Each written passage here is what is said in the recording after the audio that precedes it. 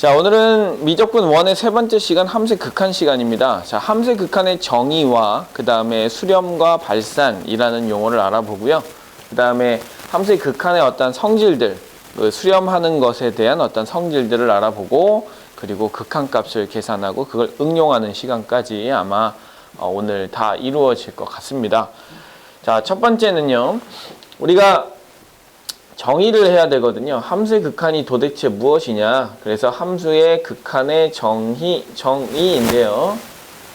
자, 함수의 극한의 정의에서 이제 첫 번째 필요한 것은 함수의 극한이라고 하는 건 x와 y, 즉 어떠한 x값을 집어넣었을 때 정의역에 해당되는 어떠한 값들이 나오게 되죠. 그 값들을 우리는 치역이라고 얘기를 하고요.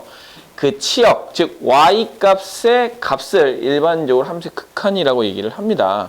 자, 무슨 얘기냐면요. 자, 예를 들어서 한번 생각해 볼까요? y는 3x 플러스 2라고 하는 이러한 함수가 있고, 자, 이 함수를 우리가 그래프로 표현을 한번 해보면, 자, 여기 2를 지나가고 마이너스 3분의 2를 지나가는 이런 함수가 될 거 아닙니까?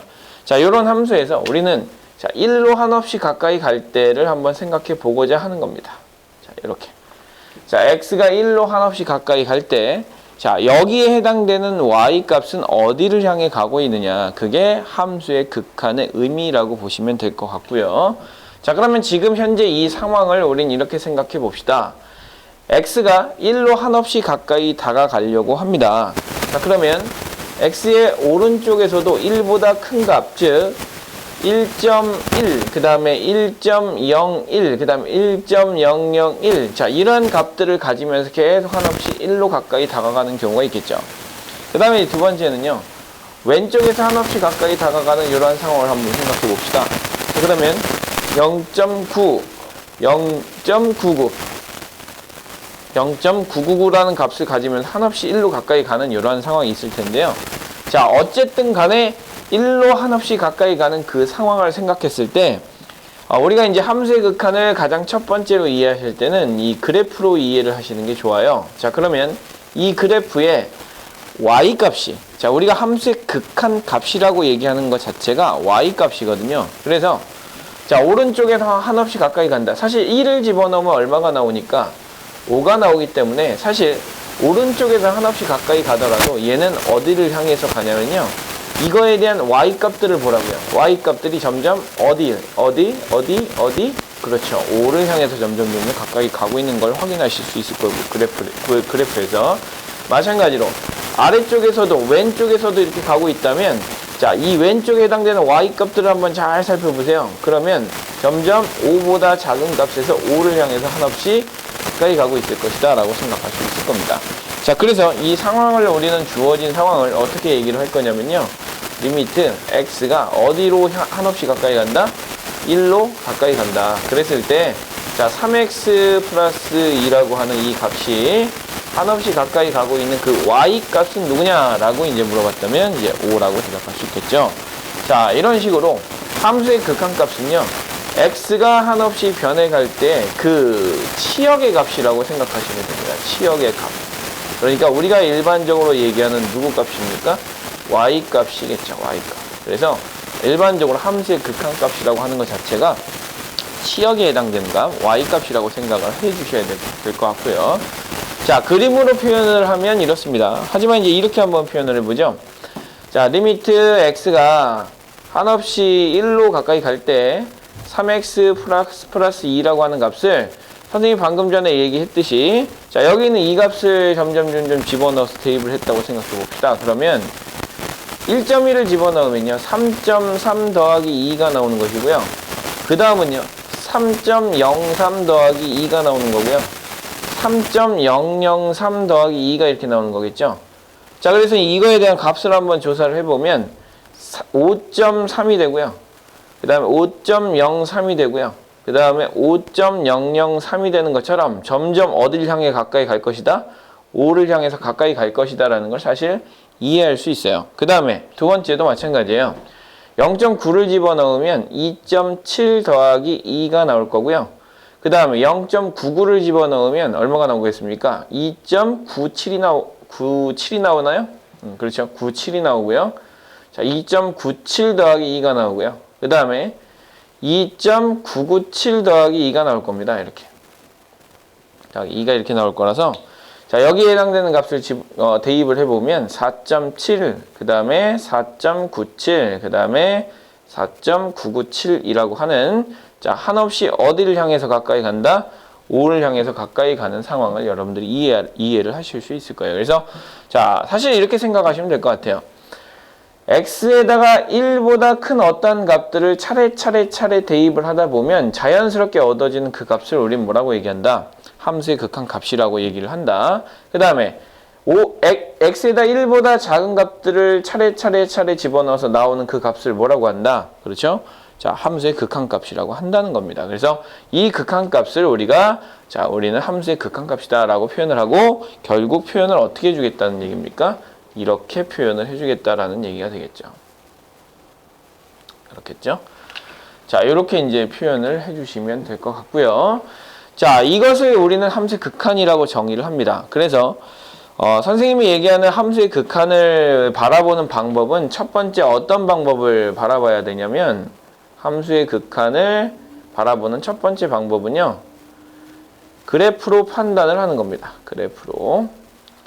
자, 그래프로 판단을 해주는 거고, 자, 그래프로 판단을 해주면 자연스럽게, 왼쪽에서 갈 때, 오른쪽에서 갈 때, 한없이 이 값을 향해서 가까이 갈 때는, y 값이 5를 향해서 가고 있구나, 라는 것을, 판단할 수 있잖아요. 그래서 그래프를 이용해서 판단을 해주시는 거고, 자, 그래프를 사실 그릴 수 있으면 좋아요. 하지만 그래프를 그릴 수 없는 상황이 있거든요. 자, 그럴 때는, 자, 식의 계산을 통해서 계산을 해줍니다. 그래서, 자, 두 번째 식의 계산을 통해서 하는데 그래프가 보이면 그래프를 이용해서 하시고요.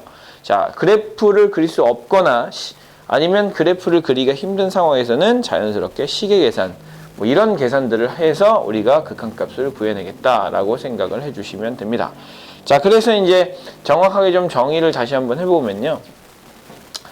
자, 함수의 극한을 다시 한번 정의를 한번 해보면 자, 어떤 함수 y는 fx가 이렇게 있을 때, 자, y는 fx가 이렇게 있을 때, 거기에 해당되는 a라고 하는 어떤 x 값으로 한없이 가까이 가고 있는 상황이 있겠죠. 그래서 오른쪽에서 가고 왼쪽에서 가는 그런 상황이 벌어질 텐데요.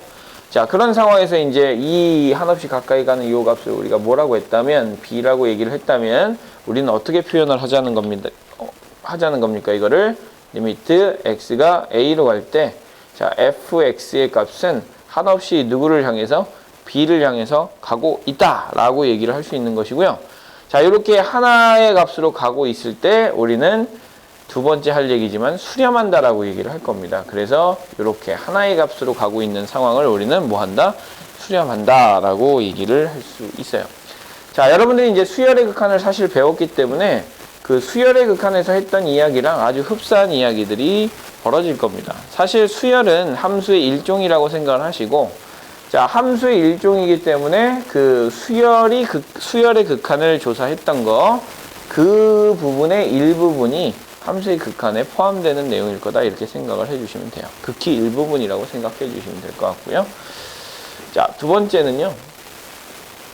선생님이 방금 전에 얘기했던 이 이야기들 있잖아요. 이런 이야기들을 조금 용어도 정리해보고 그 다음에 용어를 붙여보는 거죠. 용어를 정리해보고 확실하게 어떤 정의를 다져가는 두 번째 파트라고 보시면 될 것 같은데요. 두 번째 파트는요. 자, 함수의 극한에 자, 그 함수의 극한이기 때문에 수렴할 수도 있고 발산할 수도 있거든요. 자, 수렴과 발산에 대한 이야기를 한번 해보려고 하는 거고요. 자, 이 수렴과 발산에 대한 이야기를 할 때는 자, 함수가 일반적으로 좌우가 다른 경우가 굉장히 많아요. 그래서 좌극한과 그 다음에 우극한을 따져볼 겁니다. 자, 그래서 좌극한과 우극한에 대한 이야기를 하면서 자연스럽게 수렴과 발산에 대한 이야기를 하려고 합니다. 자, 그러면 우리가 이제 함수가 수렴한다, 함수의 극한이 수렴한다, 함수가 수렴한다라는 그 말을 어떤 상황에서 도대체 쓸 거냐? 방금 전에 썼던 이런 상황에서 쓸 겁니다. 하나의 값으로 가는 경우에요. 그래서 일단 정확한 의미를 좀 따져보시는데요. 자, 리미트 x가 a로 갈 때, 자, fx의 그 의미를 먼저 좀 파악을 해주시는 게 좋을 것 같아요. 한글로 표시를 하시면요. 자, x가 a가 절대 아니면서, 자, x가 a가 아니면서 a로 한없이 가까이 갈 때라는 말을 포함하고 있어요.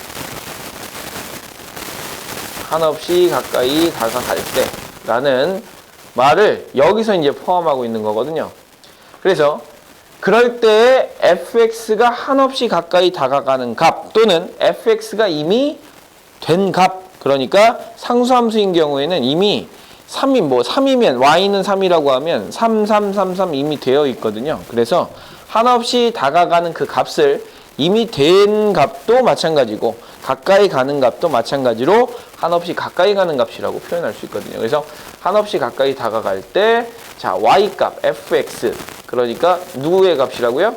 그렇죠, y값이죠. y값. 자, y값이 fx가 한없이 가까이 다가가는, 자, 한없이 가까이 다가가는 값을 우리는 뭐라고 얘기하겠다? 극한 값이라고 정의를 하는 겁니다. 그 극한 값을 이렇게 표현해 주는 거예요. 이게 극한 값이다. 그런데 존재할 때도 있고 존재하지 않을 때도 있거든요. 그래서 극한 값이라는 말을 붙였다라는 것은 사실 존재할 때만 붙이는 겁니다. 그래서 그 극한 값을 이렇게 이제 불러주고요. 자, 이것의 의미를 정확하게 한글로 알아주시는 게 좀 더 좋을 것 같아요. 사실 수학은 어떤 기호를 쓰는 학문이잖아요. 그런 기호를 쓰는 학문도 사실은 기본적인 약속들이 필요해요. 서로 의사소통을 하기 위한 그런 기본적인 약속들이 필요한데, 그런 기본적인 약속을 당연히 우리말로 정확하게 이해를 하고 있어야지만 그 기호를 정확하게 쓸 수 있다라고 선생님은 생각을 합니다. 그렇기 때문에 자, 여러분들이 그 수학적인 어떤 기호를 보면 수식으로 막 정의가 되어 있어요. 근데 그것을 한글로 자꾸 한글화 시켜 보시면 여러분들이 이해하려고 하는 바, 그리고 여기 안에 들어가 있는 행간의 의미들, 자, 이런 것들을 굉장히 좀 쉽게 한글로 받아들일 수 있지 않을까라는 생각이 들고요. 자, 그러면 기본적으로 자, 이 함수의 극한이 수렴하기 위해서는 극한 값이 딱 있어야 돼요. 하나로 존재하는 거죠. 그래서 극한 값이 하나일 때 뭐라고 부르냐면 수렴이라고 얘기를 하는 거고요. 그 다음에 수렴하지 않을 때를 발산이라고 얘기하는 겁니다. 자, 수렴하지 않을 때를 전부 다 뭐라고 얘기한다? 발산이라고 얘기를 한다. 이렇게. 그래서 기본적으로 하나의 값으로 수렴하는 경우와 그 다음에 수렴하지 않는 경우를 그림을 통해서 한번 살펴봅시다. 자, 첫 번째 예를 한번 들 건데요. 첫 번째 예를 들면, 자, y는 절대값 x분의 x라는 함수를 볼 건데요. 자, x가 0으로 갈 때 극한값을 한번 살펴봅시다. 자, 그러면 선생님이 아까 전에 얘기했지만 그래프를 그릴 수 있으면 굉장히 좋다 그랬거든요. 그래서 그래프를 먼저 그려보시고 그래프를 그린 후에 우리는 판단을 한번 해보자. 그래서 x가 0일 때는 존재하지 않고요. 자, x가 0일 때는 정의가 되지 않죠.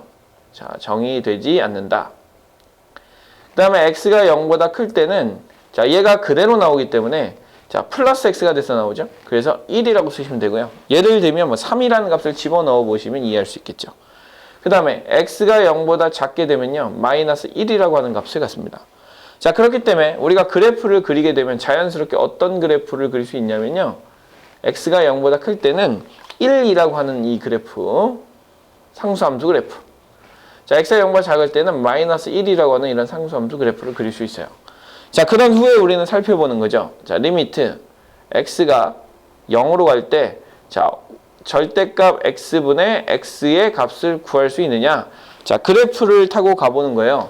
자, 0보다 큰 쪽에서 한없이 x가 다가갈 때 우리는 그 그래프를 타고 자, 그 값이 한없이 가까이 가는 값을 한번 살펴봐야 되거든요. 그러니까 얼마다?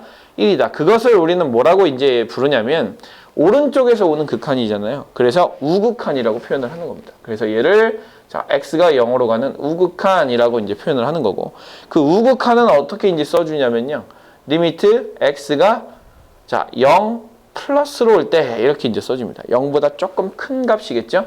자, 그거일 때 절대값 x분의 x를 해주면요. 1이라고 하는 값이 나오게 되는 거고요. 자, 두 번째는요.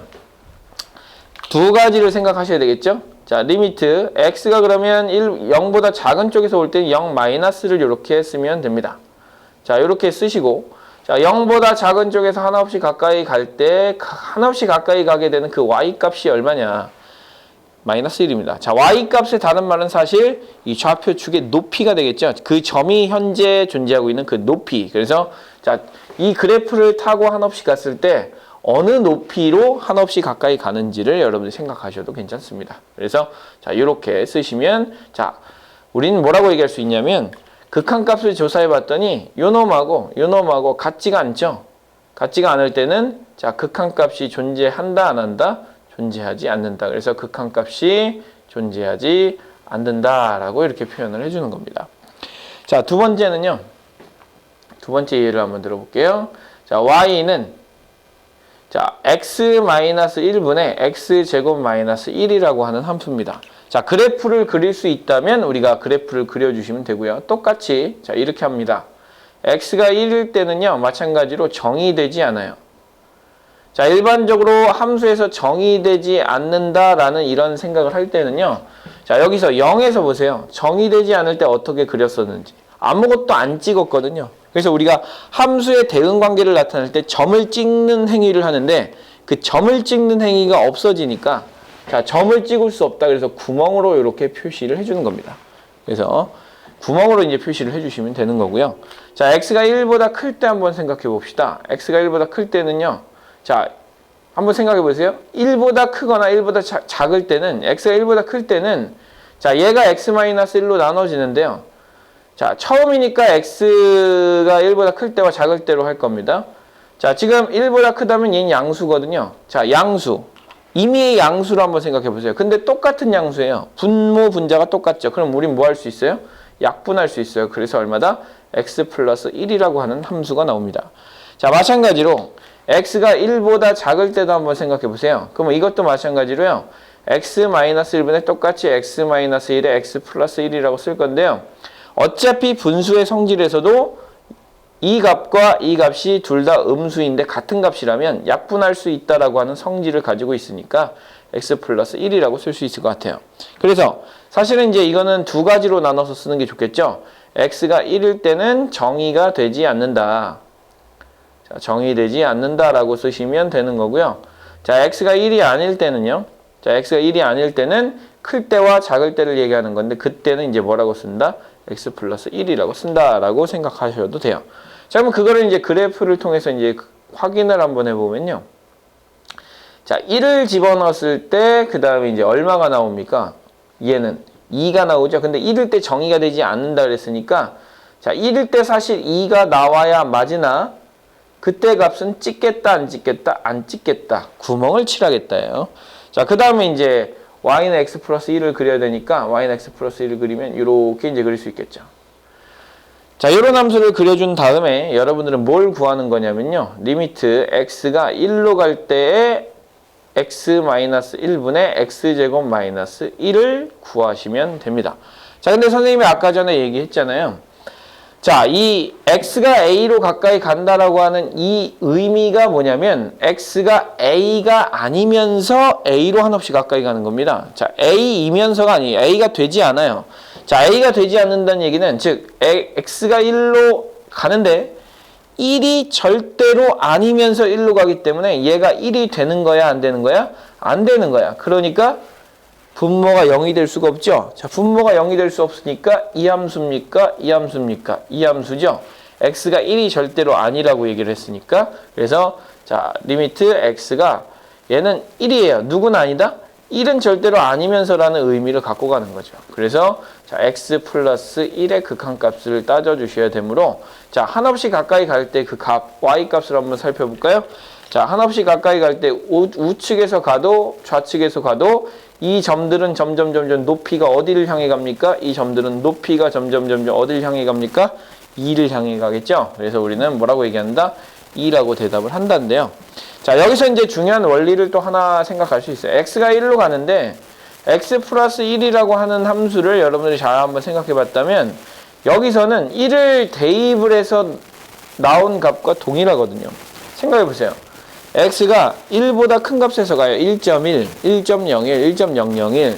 그러면 거기다 1을 더했다면 2.1, 2.01, 2.001이 돼서 2를 향해서 가겠죠. 마찬가지로 1보다 작은 값에서는 0.9, 0.99, 0.999인데 1을 더해줬다면 1.9, 1.99, 1.999가 돼서 결국 2를 향해서 하나씩 가까이 가는 걸 확인할 수 있을 겁니다.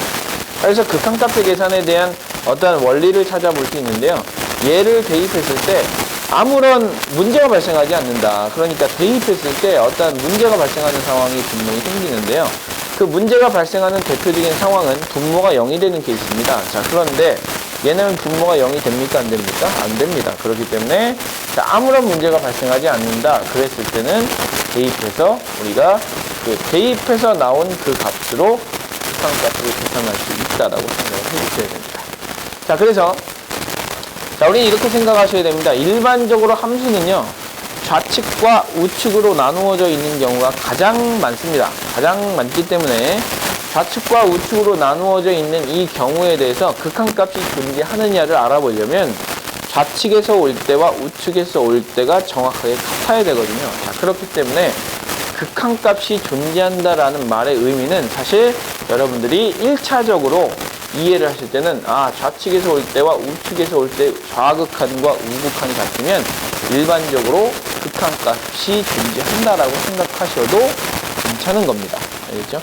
자, 물론 이제 100% 옳진 않아요. 함수가 좌우로 나누어져 있기 때문에 좌극한과 우극한을 구하는 것이지, 함수가 어떤 형태로 나누어져 있다면 그거는 그 형태 따로따로 해주셔야 되는 겁니다.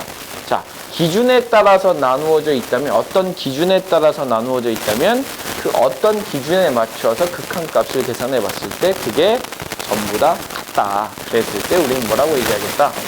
이제 극한값이 존재한다라고 얘기하겠다라고 이해를 하시면 될 것 같아요. 그래서 첫 번째 예와 두 번째 예를 들었는데요.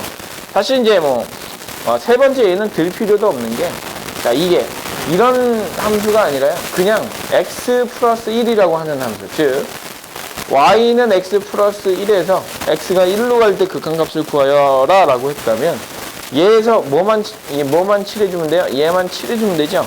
그죠? 그래서 그냥 이 함수인데, 이 함수가 1로 가까이 갈 때 그 극한값은 여러분들이 그래프에서 보는 것 같이 그냥 2라고 대답하시면 되고요. 자, 집어넣었더니 어때요? 1을 집어넣었더니 2가 나오죠? 자, 그럴 때는 그냥 대입해서 나온 그 값이 보다 극한값이다 라고 생각을 해주셔도 괜찮다는 의미입니다. 자, 그 다음에요. 세 번째로 갈게요. 자, 여러분들이 이제 극한을 처음 배우는 게 아니잖아요. 수열의 극한에서 배웠기 때문에 수열의 극한에서 했던 이야기랑 많이 겹치는 부분이 좀 있을 거예요. 그 겹치는 부분은 충분히 이해하기가 좀 더 쉬울 것 같으니까 그런 형태로 좀 비슷하게 유추해서 이해하시고 넘어가시면 더 좋을 것 같습니다. 자, 세 번째는요, 극한값의 성질인데요. 자, 이 극한값의 성질이 교과서에서는 딱 한 페이지에 딱 설명이 되어 있어요. 자, 그런데 굉장히 좀 간결하고 그 다음에 딱 보면 이게 뭐 어쩌라고 이런 식으로 생각이 되거든요. 자, 그런데 굉장히 중요한 원리들을 담고 있기 때문에 매우 중요한 파트라고 볼 수 있어요. 자, 우리가 고등학교 과정에서는 이게 왜 참이 되느냐 증명할 수가 없습니다. 그래서 고등학교 과정에서는 그냥 증명 없이 받아들여 주는 겁니다. 자, 증명 없이 받아들인다.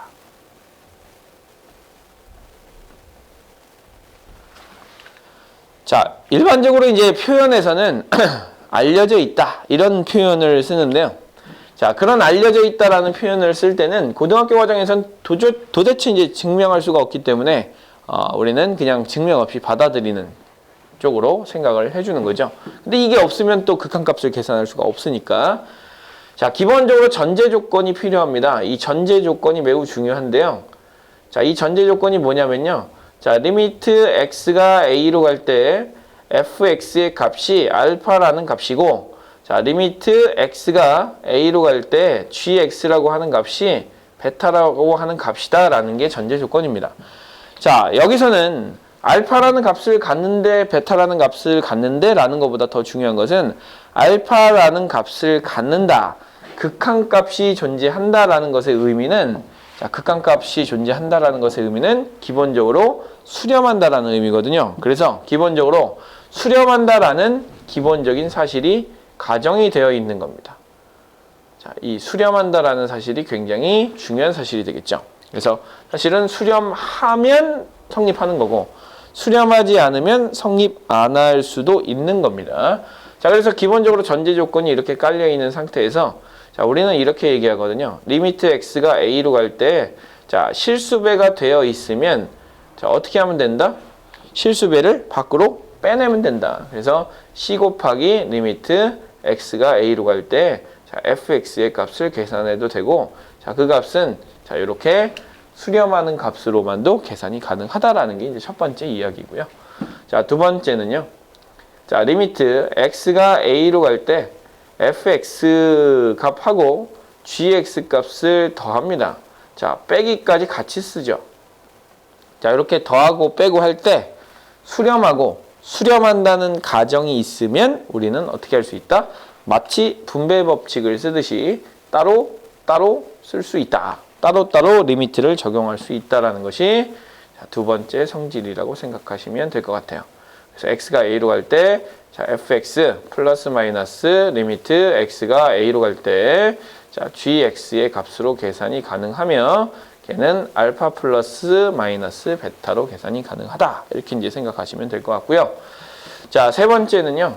곱하기에 관련된 이야기인데요. 자, 리미트 x가 a로 갈 때 자, fx 그 다음에 곱하기 gx라는 값도 마찬가지로 따로 계산이 가능하다.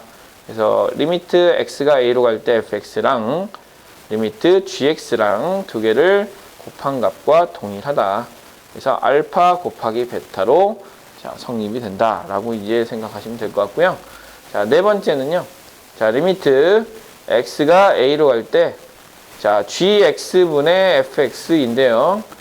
자, gx분의 fx는 자, 분모가 0으로 가지 않는다는 가정 하에서는 됩니다. 자, 수렴하는 것뿐만이 아니라 추가적인 조건이 더 필요하다는 얘기죠. 그래서 얘는 따로 쓸 수 있는데 x가 a로 갈 때 gx분의 자, x가 a로 갈 때 fx로 쓸 수 있는 조건이 뭐냐면요.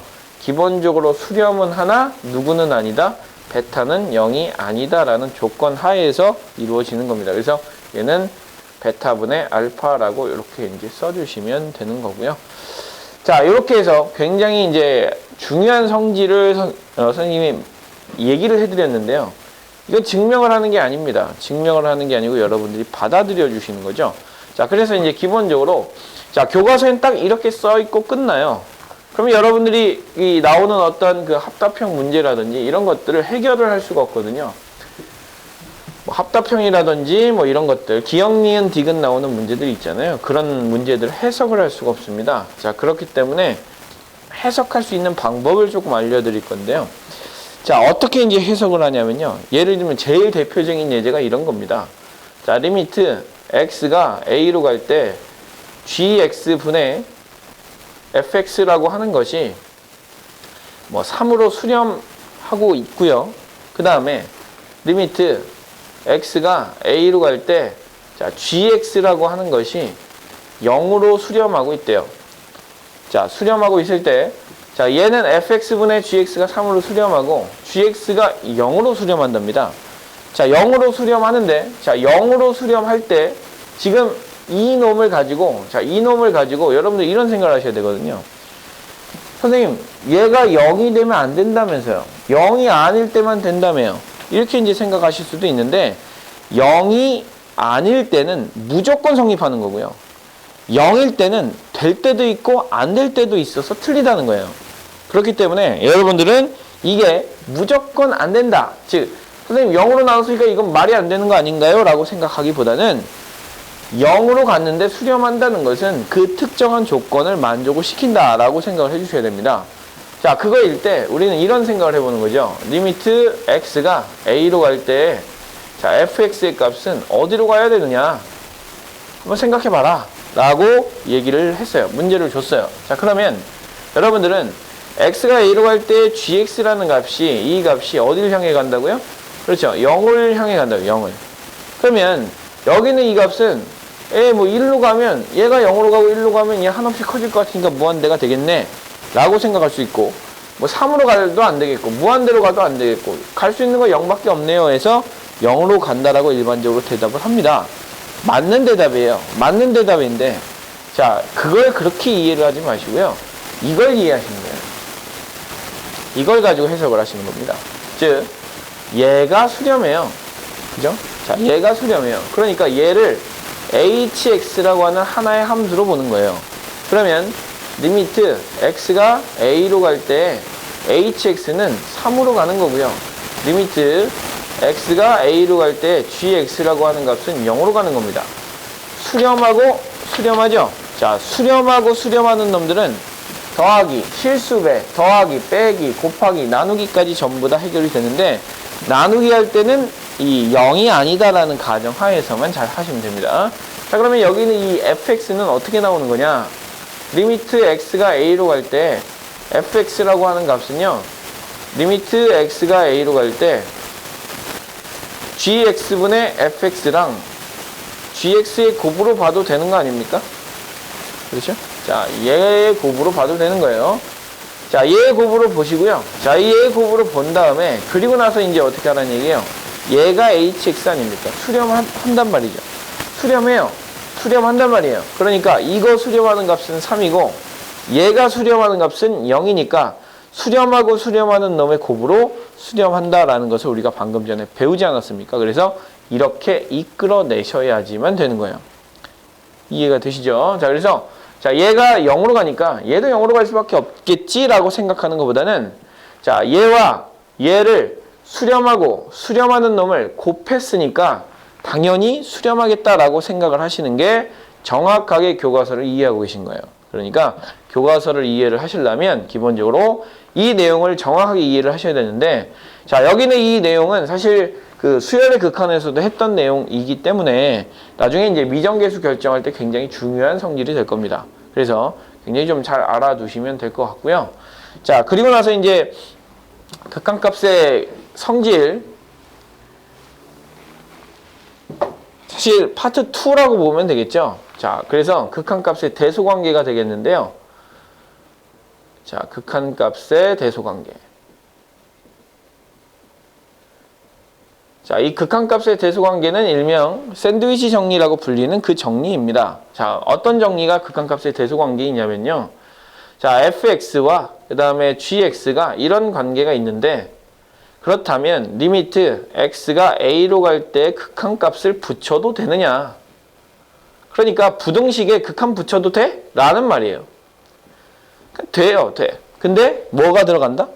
이렇게 등호가 들어가 줘야지만 전부 성립하게 만들 수 있다라는 겁니다. 그래서 자, 부등식이 있는데 리미트 붙여도 돼?